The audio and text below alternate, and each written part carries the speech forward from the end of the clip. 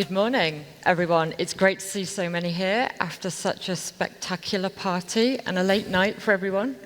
I hope you all had a good time. I'm really excited for this panel today.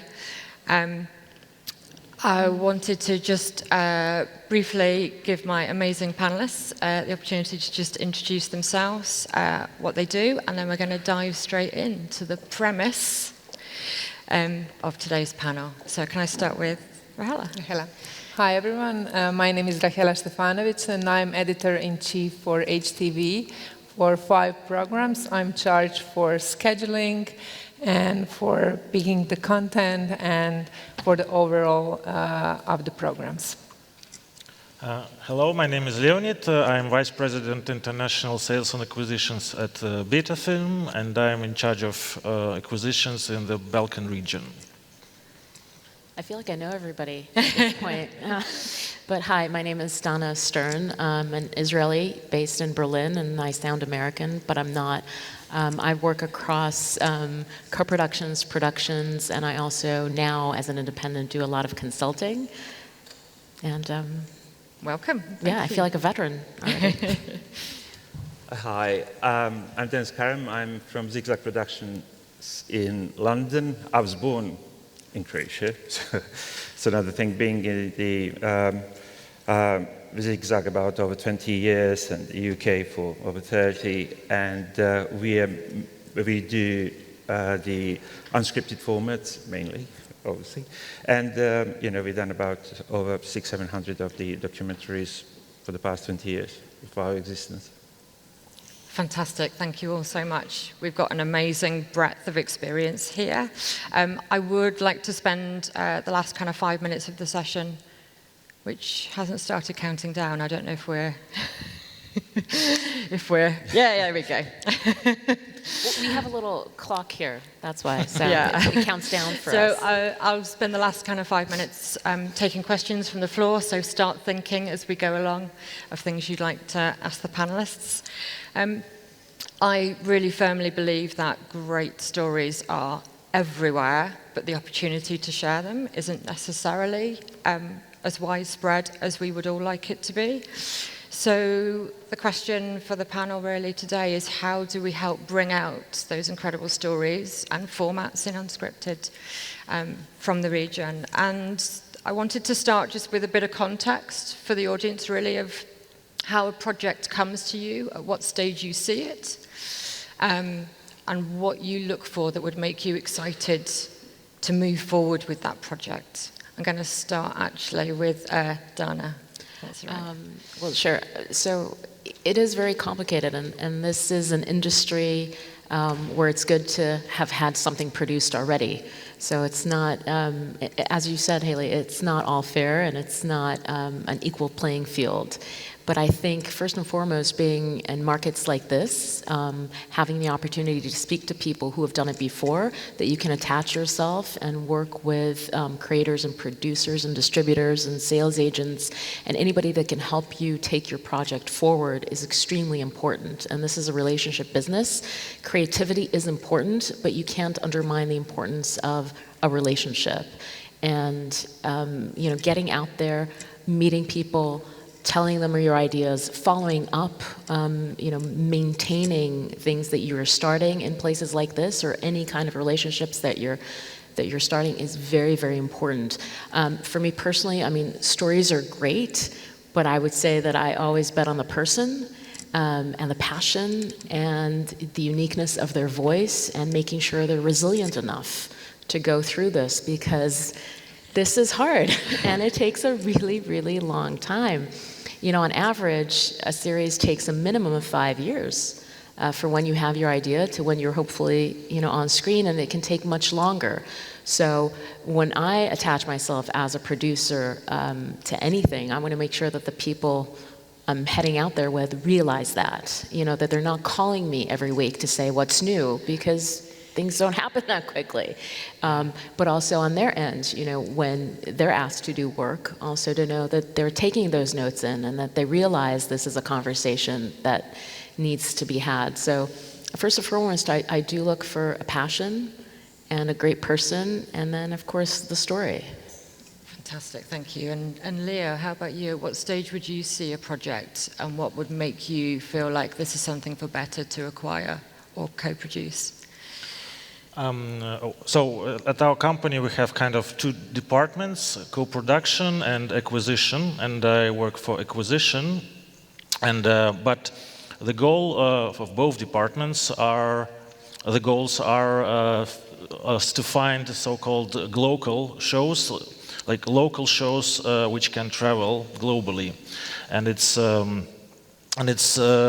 of specific art, specific type of shows which has to have specific characteristics, as scientifically said. So they have to be at one side local and work locally and some specific territory, but they don't have to be too local. So, like they have to be understood in other countries, in other cultures, and that's why it's quite very important So the storytelling of the shows is quite important, because it doesn't have to deal with very, very local things which only audience of this territory could understand. And we work, as I said, I work for acquisition, and basically if you do acquisition, you just acquire a show and then you sell it and then you make money with it, but this is kind of the perfect situation. It happens, but not all the time, and usually we work very tight with the producers on a creative level. For example, we very often do recuts of the shows, and we do so-called international versions, which sometimes are shorter than the original versions, but at the same time, these international versions work globally. And so our acquisition is not a classical acquisition, it's kind of acquisition / co-production. This is what I do, and my colleague Anna, who is in charge of co-production, she basically does the same thing, but on the script level. So she works with projects which are on the can be at the very beginning, and she tries to do the same thing I do in the post-production. She tries to do it during the development, and. Yeah, so it's the difference between two departments. So, and that's why for me, when I'm looking for the shows who at least already financed. Because that makes sense. Then I can be sure that the show will be made and then acquired. So this is what we do. Yeah, no, that's fantastic. I'm going to get to you in a second, but I just wanted to develop that just for a moment, because I did chat with your colleague Anna ahead of our session, and I know, just to speak to Dana's point, one of the things she said she looks for in a project for Better to get involved is for the storytelling to be really authentic, for it to not feel like a copy of some other show that you've seen, for it to come from a really personal perspective.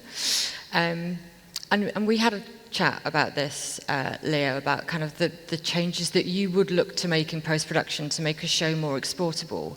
Can you just speak very briefly about what some of those might be, like the pacing of it, or... What, sorry? What kind of changes would you make in post-production? Okay. Like changing where the story starts in the first episode, maybe? Usually, we're talking about praxis. Usually it's always about the first episode. Usually, because at least, I work mostly with the Eastern Europe, and the challenge about Eastern Europe is always doing the proper pilot episodes, because people in Eastern Europe are very creative. They have brilliant ideas, and they also can make stories, plot it, but very often they're not very good at selling the shows. Don't talk only about pitching. Basically, the pilot is also kind of you sell the show. We sell show with the pilot. You show the pilot, and this is how you sell it. And if pilot doesn't work, people don't want to buy it. And it's great then, I know, episode 3 or 4, where the story finally takes off, but it's too late, because if pilot's episode doesn't work, nobody would watch the episode 3. So basically, usually it's about the pilot. So we had a show, for example, which was brilliant, like genius idea, well produced, and but we said, yeah, but we have to recut the pilot episode. At the end, we had a show like original version, 16 episodes, and international version, 15 episodes, and then we sold the 15 episodes version. The same, and sometimes we had shows like where we acquire on the at the pre-production level, but we already see that we would need international version, and we sometimes even put it in the contract that we're going to do an international version which will be shorter than the local version. So this is what we can do, but there are other things which I unfortunately can't do with the characters and so on. So the other things that can be challenging are kind of in Eastern Europe, there are not a lot of shows with strong female characters. And unfortunately, that's a problem which I can't solve in the post-production, because you can't change the sex of the main character. But this is what you can do on development, and this is what we do on in the co-production department. Fantastic.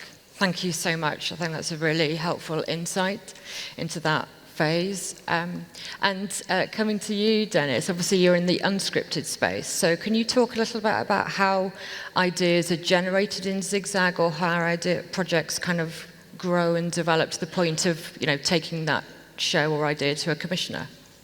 Sure. The thing is, like, in order to write either script for me, Zigzag, write it scripted or unscripted format, you have to watch a lot of TV. That's full stop, to see what's all around. And I always share, when I say watching a lot of TV, so at least know what's happening on the TV, not necessarily spending hours. People go exercise yourself. I'm not behind, so you have to watch TV all the time. But the thing is, there are literally two options that you have in terms of, like, when you go to making something which is yours. It is things that you admire. That means, like, all good masterpieces, either scripted or unscripted, that you love to see and you really like to watching day in, day out, week in, week out. And that is it. They're there for a reason. They're special. You can't make another Godfather, say, oh, I'm going to make Godmother, or whatever it is. You're not going to make another X Factor calling it XX Factor. Well, unless you come from a family of gangsters and your grandmother was a godmother, then we're very interested. Okay, put it this way, I can, but nobody else can. No, but seriously, it is, yeah, you're right. So it is stuff which you desire. So it's literally watching it and kind of admiring these things. And the stuff, it is not as good, you're watching, say, oh, you know what, in this documentary or in this movie or this drama, I would change A, B, and C, or they didn't do this. Aha, you're having your ticking brain on. You know where the faults in your eyes are, and that's how you're going to sharpen your skills to make your script better, to introduce it to the end user, or who is going to be producer. So copy and pasting, it's not very good and successful ideas. If you think, oh, I can make another, as I said, XX Factor, it's not what you call X Factor, and doing the same. Be original as much as, I know it's easier said than done. Try to persuade your ideas, be behind it, be confident, but not necessarily stubborn. Listen what other people from the industry, professional people, might be able to tell you. Be selfish and take 10% from each conversation you're going to have. And you're going to sharpen up your script in order to process it and say, aha, I'm ticking my boxes and I'm ticking the boxes which there might be need for the production. I want to follow up on what you just said, and I can't underestimate enough how important it is to be a savvy television viewer. and really knowing what is working, what isn't working. Not just to know where to position your project in a conversation, but also there's a mechanism to it. And as much as we're not encouraging you to copy ideas, on the contrary, bring your own experiences, bring things that are unique to you, that is your voice. But it is also helpful to look at the mechanism, and especially if there's a great show that you like the way the storytelling is done, seriously, sit down, break it down. See when characters are introduced, when storylines are introduced, what information is given, what is withheld. Really use that as a blueprint of sorts to make your writing and your technical writing better. But inspiration, as much as you can bring in, I would say, from yourself or from the world that you know well, especially as you're starting out, that's your unique selling point. That's what we're all looking for. Yeah. And I just wanted to, I will come to you. I just wanted to add, we've had an amazing workshop with some great writers earlier this week, thanks to Nem. And they were incredibly well watched and incredibly open to developing that craft. And it was really exciting. They had their own original ideas, but they were really inspired by other things and learning the technical skill, which is just so important. So, Rahela, how does a show come to you? At what stage would you get involved or see a project? Obviously, as a public broadcaster, we have regulations and laws and everything that we have to respect. So each year we have 2 to 3 public tenders for drama, unscripted, and kids content. So we have commissioners, a commission which is made of 5 to 6 people, our colleagues from the HRT, and they read scripts, synopsis, and then they decide what will go to the next round. The editor-in-chief has the opportunity to have presentations of all of these projects, and then after the phase of the presentation, we have a mutual opinion about what we are going to commission. Of course, later, each project has their own commissioning editor in-house, and the person is monitoring and, of course, approving the scripts before the process of filming, and then monitoring the process all the time, and is in charge for the project from the in-house. Fantastic. And can I just stay with you for a moment just to explore the question of, it's everybody's favourite subject, funding. Because it's come up quite a lot this week about how other countries fund development and what those processes look like, how many people it takes to develop a show, who's paying for that before there's a green light. Can I just ask, in terms of you seeing a project where there is already a script or 2 scripts, will the producer have funded that phase of development themselves and taken that risk before sharing that project with you? And when you are then interested, would you fund the development of the next set of scripts? So if we do not take this project, you're asking me about that, who is financing the I assume this depends on the independent producer. Will he fund and pay for the script before he knows will he have a project from HRT or not? So we are not a part of this as a public broadcaster. Okay. Yeah. Can I just ask, of the projects that you select, the 2 or 3, what grabs you from?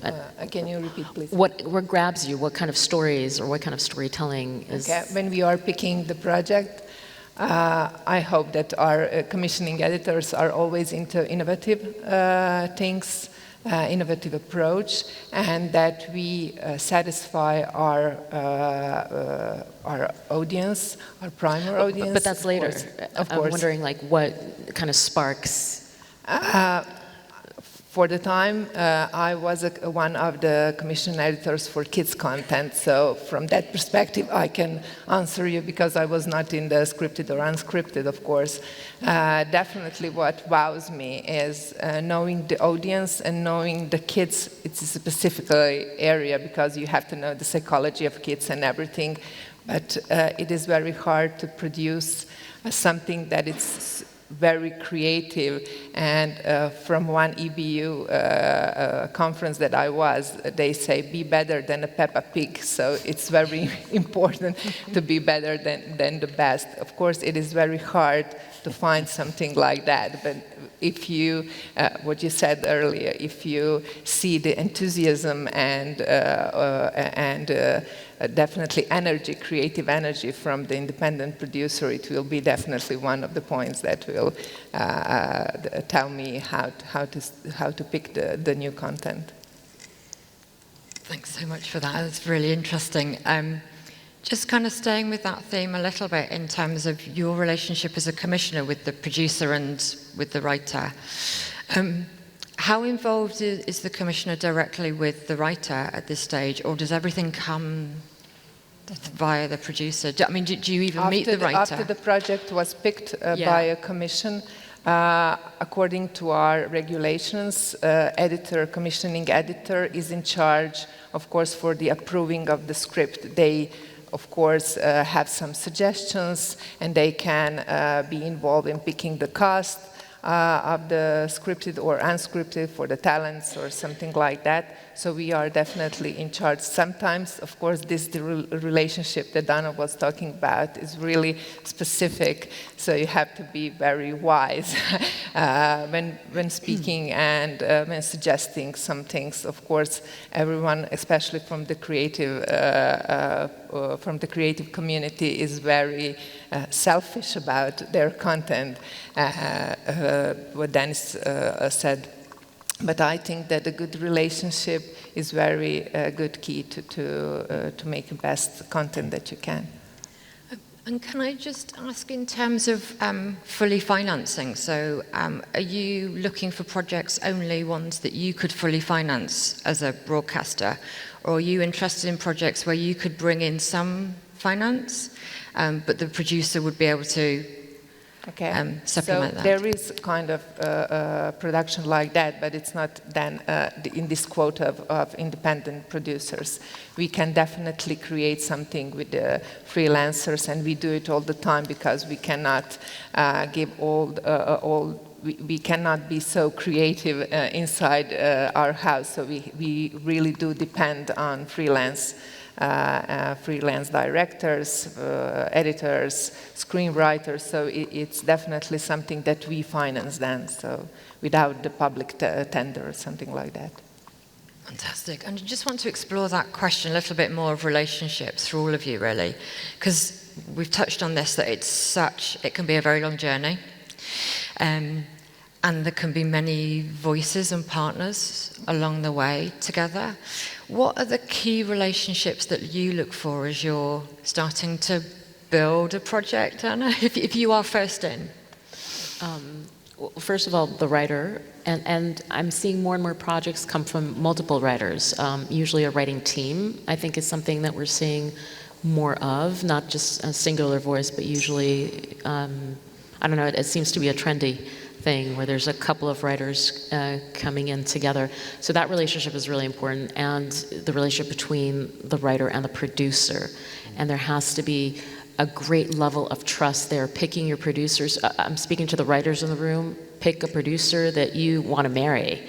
And same goes for the producer. Pick a writer that you really see yourself going to virtual bed with, and willing to share the baggage that comes with it, because you're going to disagree, right? It's part of the creative process, it's part of the business, it's part of the pitfalls that comes with this. There's a lot of decisions that are going to be made, there's a lot of conversations, a lot of giving back and forth, but you need to know that at the end of it, it's for the better good, and there's a relationship there that you're going to preserve. So that's the first thing. If I see, and I meet a lot of writers and producers that come in together to pitch, because what I usually help with is really kind of strategize how to build that show from that point.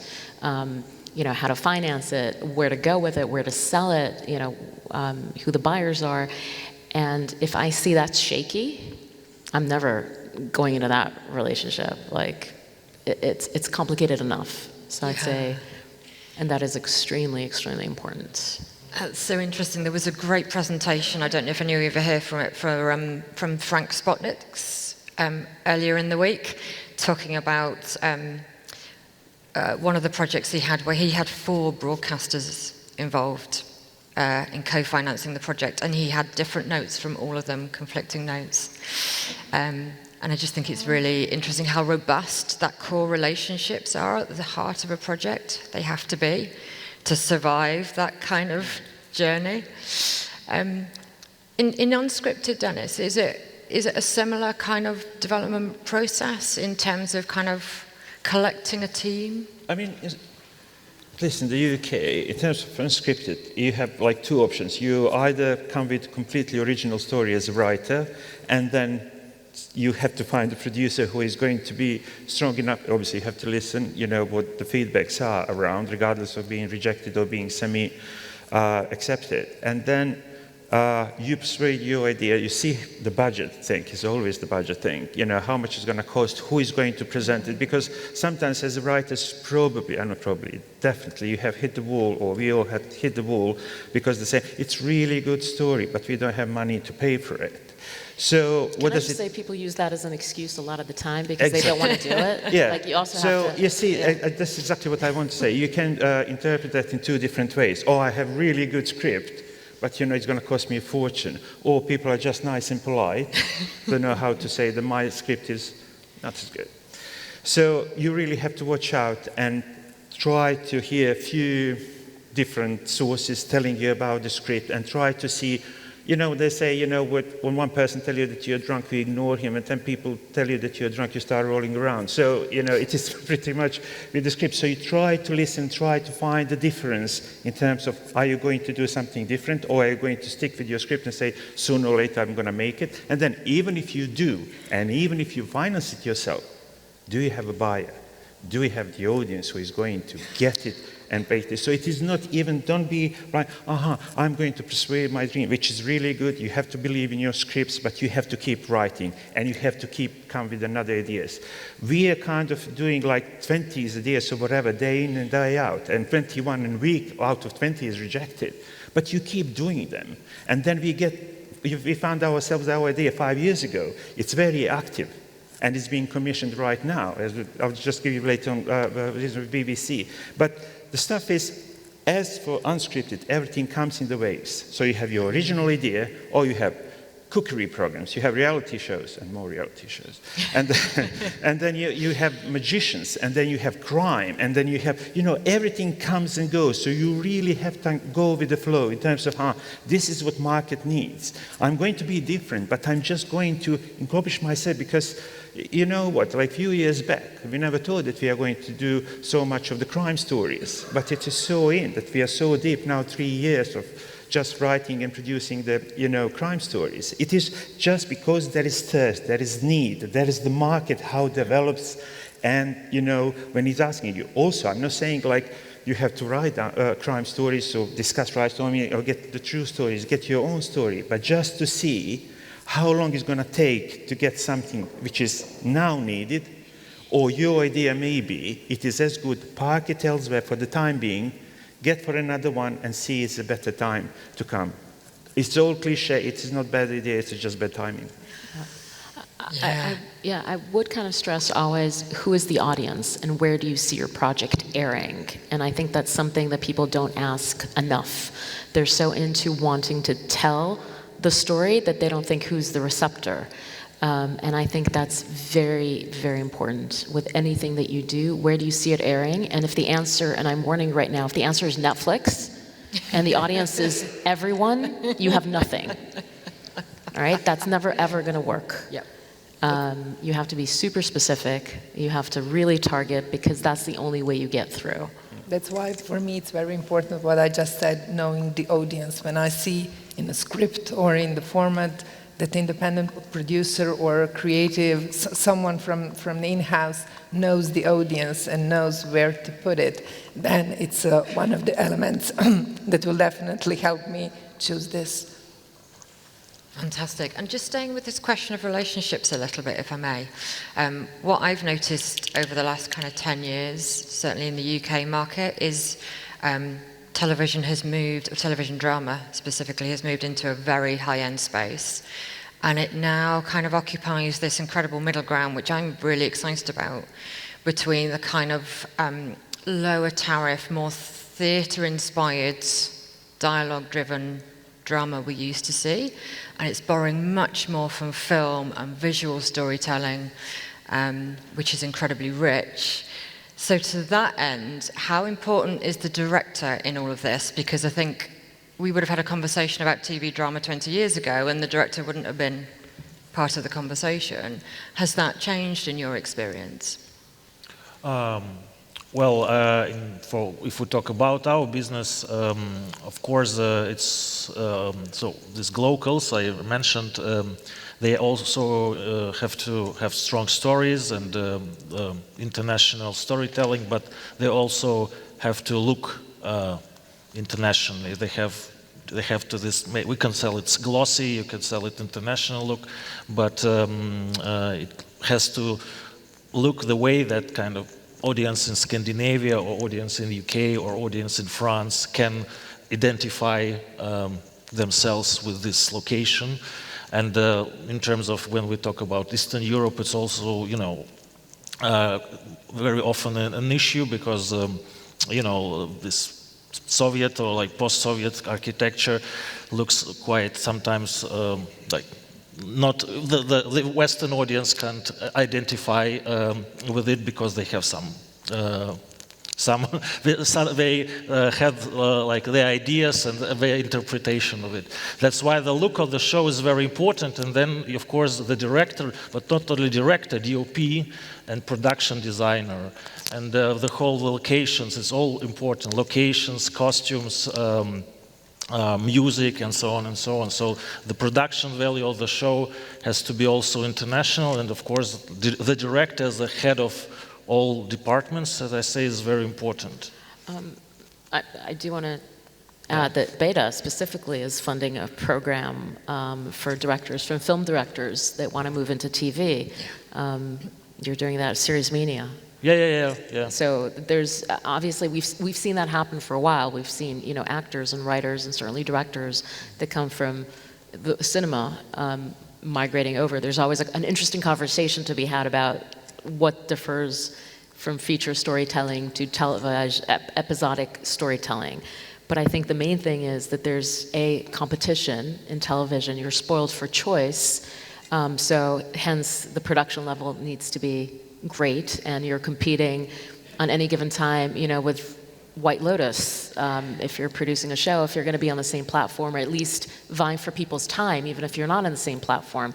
So, to your point, the production value, the storytelling has to elevate and be a little different.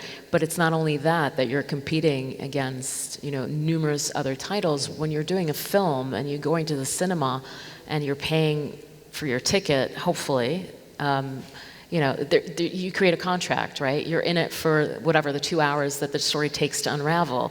With television, it's so easy to play next or to go in and to find another title if it doesn't grab you. That contract doesn't exist. So I think getting directors to understand the new medium and how that comes into play, and also realizing there's an endless choice almost. It feels like an endless choice out there for television. Yeah. And there's been some interesting stats as Netflix have started to share some of their data. I think kind of 5 years ago they were saying that the audience will make a decision within the first 10 minutes. But now I'm hearing actually the data says you've got 4 minutes. And then people will make a decision. If you haven't put an interesting incident in the first 4 minutes, they're out. I literally got a note like that on a show I'm working on. We started something I'm working on right now, and we started with a flashback, a little grainy, kind of sepia colors, something that takes place in 1978, a true event. And the note was like, nobody's going to want to watch that. And our characters were kids in that, and obviously they're adults and the rest of it. It's like, you're misleading your audience. They're going to think it's a period piece and a show about kids. Change all of the first scene, which we did. Yeah. Because you have to trust that experience with, the platform, with your buyer. And you have to kind of go, okay, that's a note. Fantastic. In terms Yeah. of these 4 minutes, if I may say, just quickly, in terms when going back to pitching and getting these ideas through, you get a script, which is like very good script. Do you have time to go through whole the script? Don't get me wrong on this. Everybody says, don't worry, I will read it through. But what we are finding now, especially from street, even after 20 years, we were asked always, the title is very important. The title is so important, people, to get it right, because title is the first one who is going to catch somebody's eye. You wouldn't believe how much of the semi-commission is done just reading the title. The second thing is a taster. Do like minute and a half, 2 minutes, a small video taster, presentation, teaser, whatever you're going to call it. Seeing is believing, unfortunately, is these days. Not reading is believing. It will come to it, but it is not the phase one. Whatever you do, make a taster. If you say, okay, I'm going to do a drama, it's going to be scripted, or it's going to be something unscripted, obviously I didn't film everything.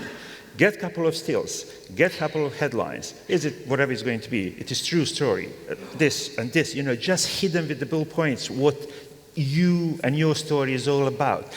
Give them 2 minutes attention. That they're going to say, part 3, I'm not going to the script yet. I'm going to the short synopsis that you wrote about the program. And then you invited, you read the script, and you move forward. I'm telling you, seriously, after all these years, the headline, I'll give you, if I may, just a quick example. Yes. We did, back in time, the series, as I call it, Usual Suspects, for Nat Geo called The Truth Behind. So it was truth behind the crystal skulls, truth behind King Arthur, Bermuda Triangle, UFOs, as you know. So all these Usual Suspects. So we finished the series for Nat Geo's, and it came that Sam Brooks, which is actress Mel Brooks' son, Sam Brooks, which is his son, we got in touch with him as a talent. That's another very important thing. If you have talent to touch, it does work. He is the writer of a Zombies book. And they said, how about we make now the truth behind zombies? Okay, so this is example that I'm trying to say that there's nothing is impossible. Really, nothing is impossible. And I thought that was a joke at the beginning.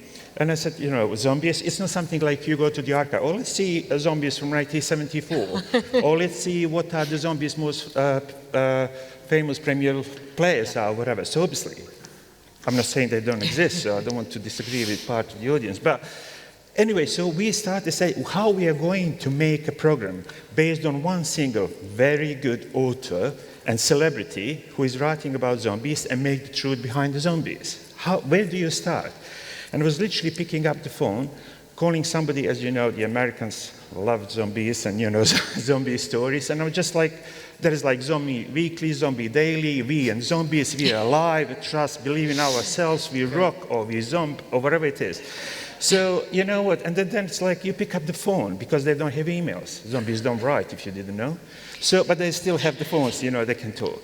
And, I pick up the phone and, I said, you know what, we are making, I don't know, it's like, I was funny to myself and embarrassing. So we are making the Truth Behind Zombies program.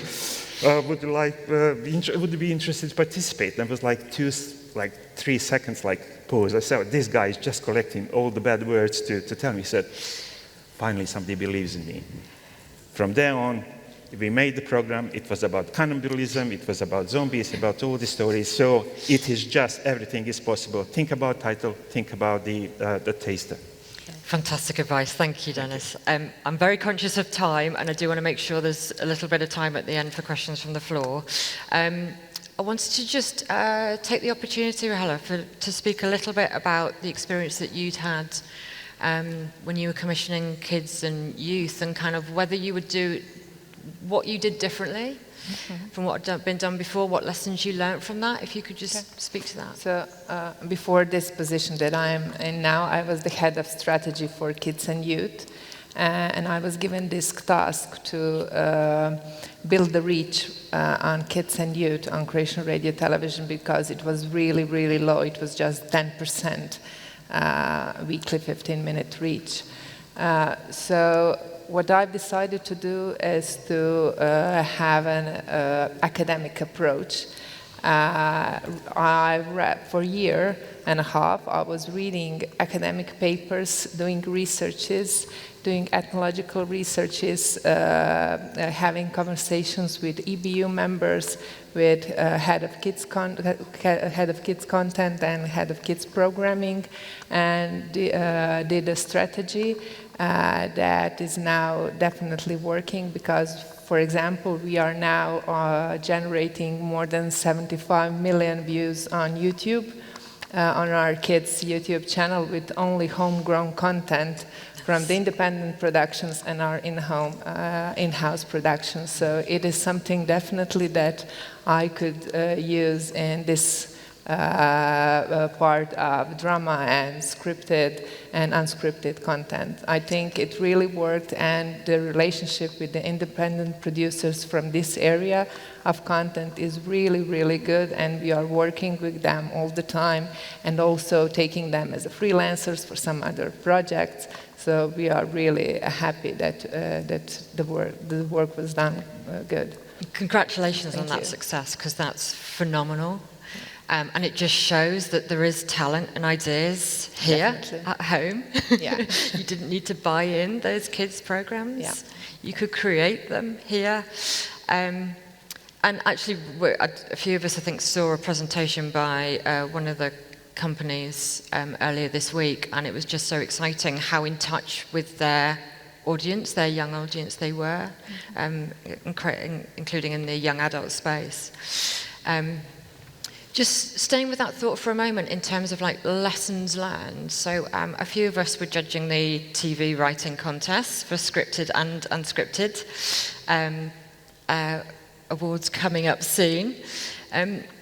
To the panel, were there things that you that you were really excited about in terms of what was coming through from here? And what would you like to have seen more of in that submissions? I'll just say quickly, I mean, as I was really excited, it's my third year about doing these panels, I'm really, really excited every year getting the whole idea about getting the new talents and new writers an opportunity or chance to do something like this and to be judged and advised. And I mean, judge is such a wrong word. It is advise what you'll be searching for from all of us or whoever is going to be in the panel to discuss this. I'm sure your ideas are very good, but I'm sure that with a little bit of twist, your ideas can be even better.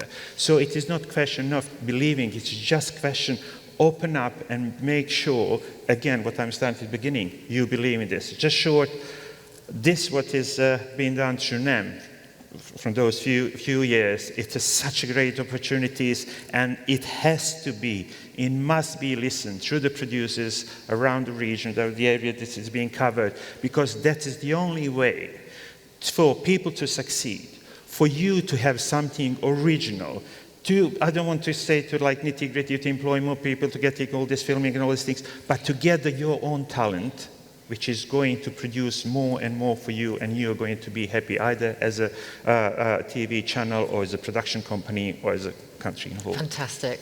Thank you, Dennis. Was there anything that kind of caught your eye in terms of takeaways? I think from the reading and also getting to meet people here, I think you need to be the word authenticity is the one that always is the right one to use. Don't try to emulate. Don't try to go and say, oh, you know, we've seen other things work in this space. We'll just do it and, you know, tag a local background to it. That's never going to work. Personally, I like for anything that has a personal connection or connection to real life. I always look for that. So I don't know about zombies. I mean, if you can prove there was one, I'll buy into it. But that's personally, that's the way that the kind of projects that I've usually been involved in, the ones that come from, you know, within some sort of impetus. And it could be anything, right? It could be somebody else's story that you heard, or a piece of research that you came across, or a true story that you read. Those are all legitimate, but, you know, why is that connection there? Why is this story the one that's so important to tell? That's what I look for. I can't agree more about the title. I think a title and a great 20-second pitch, not even 30, like a 20-second pitch that we can immediately grasp the idea of. I mean, there's this almost fictionalized version of what buyers do and commissioners, where they sit in their nice offices and they have a couch and they just sit there with their iPad reading endless decks, 20, 30-page decks, and we're going into whatever the 8th character description of potential season 2. None of us have time for that. Like, nobody does. And we're kind of limited in our attention. So if you can get us with a great 20-second pitch, a sizzle. The reason you said that is because we don't have time to read. We'd rather watch a 2-minute reel or read 2 excellent paragraphs. And for anything else, you want people to opt in versus the sending in. Like, never, I would say this, don't inundate us with material. I have never personally opened a single script that came to me unsolicited. If somebody's sending you, oh, here's my script, you should read it, I've never ever opened it. I don't know if that's true for any of you. There's legal issues, but apart from the legal issues, nobody has time. If I don't know what is in there, why would I sit there and watch and read a 60-page script if it's nothing that I've requested to do? So, tease us with a little bit of information, with a great, 20-second pitch. If you can do a 2-minute reel, great. If you can't, a 2-paragraph, a great 2 paragraphs, maybe I'll request a 2-pager, but then come in and have a conversation, or then, when I ask for it, send something, because then I'll want to read it. Yeah, that's fantastic. I'm just very conscious of time, and I wasn't. I just want to make sure is there any burning questions before I kind of wrap up with the panel?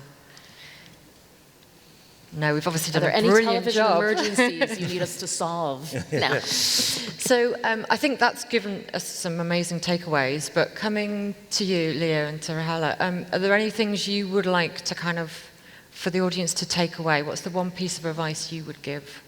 So what I need to make a decision? Yeah, what would you? I believe that a good idea can be formulated in 3 sentences. So if you can, so basically I can make a decision on 3 sentences. So if you pitch your idea in 3 sentences, I can give you the feedback if it's glocal or not glocal. So that's it. Fantastic. What would you I can see that everything is in pitching. So the other day I was invited, just to tell this short story, the other day I was invited to Academy of Drama Arts here in Zagreb, and I was thinking, should I go there or not? Do I have anything smarter to do? And then I decided to go, and I was so overwhelmed with young people pitching their projects. Like they did it for 100 years in the middle of Hollywood. So it was really something that I understand why it is so important for this industry. That's so fantastic. Will you all please join me in thanking my panel for their incredible insights today?